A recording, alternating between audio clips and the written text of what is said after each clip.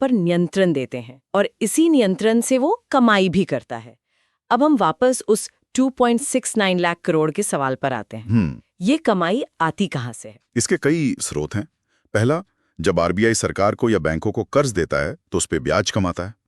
दूसरा, वो विदेशी करेंसी खासकर डॉलर खरीदता और बेचता है। जब डॉलर का भाव चढ़ता है तो आरबीआई को फायदा होता है। और एक बहुत दिलचस्प स्रोत है जिसे सीनियरेज कहते हैं। ये क्या होता है? इसका मतलब है नोट छापने का मुनाफा। मान लीजिए 2000 रुपए का नोट छापने की कुल लागत कागज स्याही छपाई मिला के सिर्फ 4 रुपए है। अच्छा। तो नोट की कीमत यानी फेस वैल्यू और उसकी लागत का जो अंतर है यानी 1996 रुपए, वो आरबीआई की कमाई है। और जब लाखों करोड़ों नोट छपते हैं तो ये रकम बहुत बड़ी हो जाती है। एग्जैक्टली।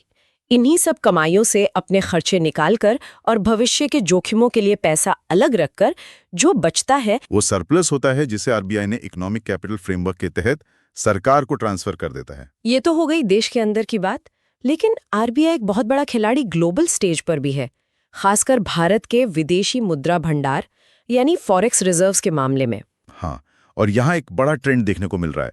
आरबीआई आजकल जमकर सोना खरीद रहा है। कितना? मतलब ये बदलाव कितना बड़ा है? ताज़ा आंकड़ों के हिसाब से भारत के फॉरेक्स रिजर्व्स में सोने का हिस्सा बढ़कर लगभग 15% हो गया है, जो एक दशक पहले सिर्फ 7% के आसपास था। पर ऐसा क्यों?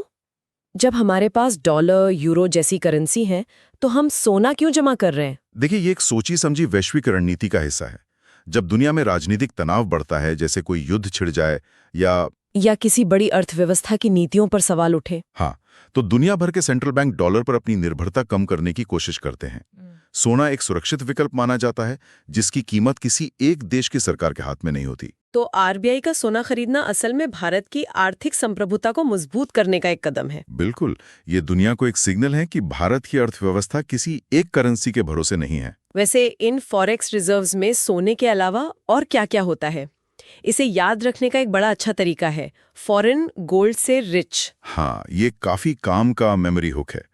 एफ से फॉरेन करेंसी एसेट्स, यानी डॉलर, पाउंड, येन जैसी विदेशी मुद्राएं जो सबसे बड़ा हिस्सा होती हैं। जी से गोल्ड यानी सोना। एस से एसडीआर यानी स्पेशल ड्राइंग राइट्स, ये आईएमएफ की अपनी एक तरह की वर्चुअल करेंसी है। और आर से रिजर्व ट्रांच पोजीशन, जो आईएमएफ में भारत का इमरजेंसी कोटा है। और ये भी प्रीलिम्स में पूछा जा चुका है।